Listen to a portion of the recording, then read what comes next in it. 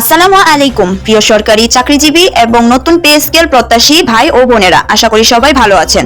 আপনারা যারা ভাবছেন খুব শীঘ্রই আপনার পকেটে বাড়তি কিছু টাকা আসবে, তারা কি জানেন পর্দার আড়ালে কি ভয়ঙ্কর খেলা চলছে? সাধারণ সরকারি কর্মচারীদের কি তবে ভিক্ষুক ভাবা শুরু করেছে সরকার? বারবার আশার আলো দেখিয়ে শেষ মুহূর্তে কেন কেড়ে নেওয়া হচ্ছে আপনার মুখের গ্রাস? আজ এমন কিছু গোপন তথ্য আপনাদের সামনে ফাঁস করব, যা শোনার পর আপনি হয়তো শান্তিতে ঘুমাতে পারবেন না। পুরো ভিডিওটি দেখুন, কারণ সত্যটা আপনার ধারণার চেয়েও বেশি তেতো।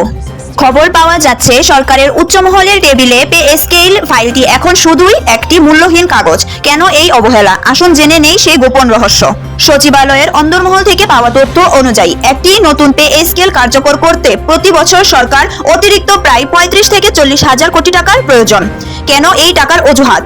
নীতি নির্ধারকরা বারবার এই বিশাল অঙ্কের টাকার দোহাই দিচ্ছেন। তারা এমন এক ভাব করছেন যেন এই টাকাটা দেওয়া মানে দেশের অর্থনীতি পঙ্গু করে ফেলা। কিন্তু প্রশ্ন হলো, বিলাসবহুল প্রজেক্ট আর আমাদের নতুন গাড়ি বা সুযোগ সুবিধার পেছনে যখন হাজার হাজার কোটি টাকা খরচ হয়, তখন কি এই বাজেটের অভাব পড়ে না?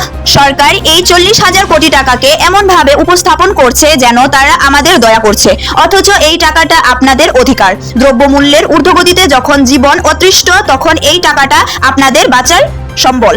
প্রশ্নটা এখন আপনার কাছে, আর কতদিন এই অবহেলা সহ্য করবেন? পে স্কেল নামে এই তামাশা কি চলতেই থাকবে? আপনি কি আসলেই মনে করেন সরকার আপনাকে মর্যাদা দিচ্ছে, নাকি সির্ফ প্রয়োজনের সময় ব্যবহার করছে?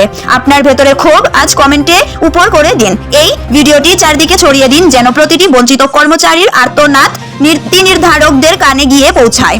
আপনি কি চুপ থাকবেন, নাকি এই বৈষম্যের বিরুদ্ধে আওয়াজ তুলবেন? সিদ্ধান্ত আপনার।